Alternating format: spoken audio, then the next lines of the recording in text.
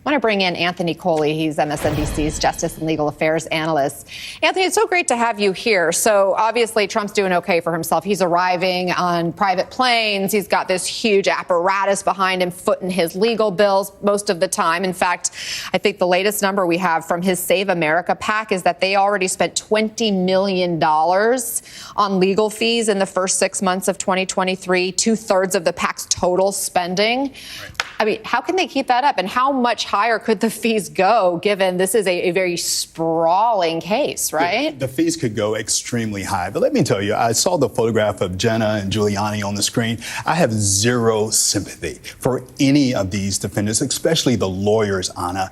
They know that the appropriate venue to challenge election results in our country are courts of law. And they did that some 60 times in Georgia and across the country, and they lost. And in Georgia and other states, there were multiple recounts. There were hand recounts, and they lost. And Anna, that should have been the end of it. But yet and still, we have these 18 other defendants who continue to engage in a conspiracy to overturn the will of voters in America. And that's just not how it should work. That's a really good point. I think most of us have never been in their shoes, right? So I am personally curious, how much would legal fees be for somebody in their shoes? Right.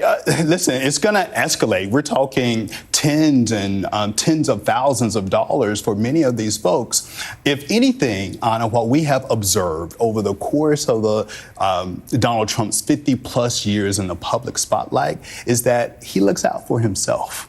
And if I'm advising any of these individuals, I would tell them it's time for you to look out for yourself. If I am advising them, they need to accept a public defender. They should begin conversations with prosecutors. They should accept a plea deal, which, of course, will include jail time, and then try to move on with their lives. You mentioned Trump looks out for himself. What's interesting here is he's about to headline a big fundraiser, right. $100,000 per plate fundraiser that's supposed to help with his buddy Rudy Giuliani's legal fees. Is there a conflict there?